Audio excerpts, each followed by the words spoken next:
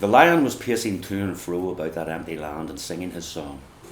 It was softer and more lilting than the song by which he had called up the stars and the sun, a gentle, rippling music. And as he walked and sang, the valley grew green with grass. It spread out from the lion like a pool. It ran up the sides of the little hills like a wave. In a few minutes, it was creeping up the lower slopes of the distant mountains, making that young world every moment softer. The light wind could now be heard ruffling the grass. Soon there were other things besides grass. The higher slopes grew dark with heather.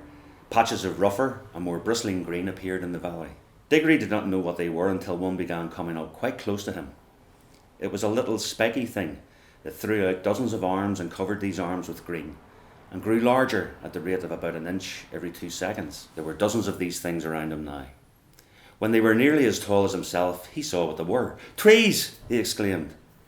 The nuisance of it, as Polly said afterwards, was that you weren't left in peace to watch it all. Just as Diggory had said, "Trees!" he had to jump because Uncle Andrew had sidled up to him and was going to pick his pocket.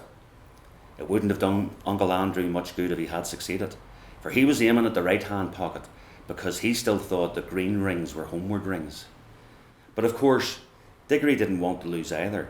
"Stop!" cried the witch. "Stand back! No, further back! If anyone goes within 10 paces of either of the children, I will knock out his brains." She was poising in her hand the iron bar that she had torn from the lamppost, ready to throw it. Somehow no one doubted that she would be a very good shot.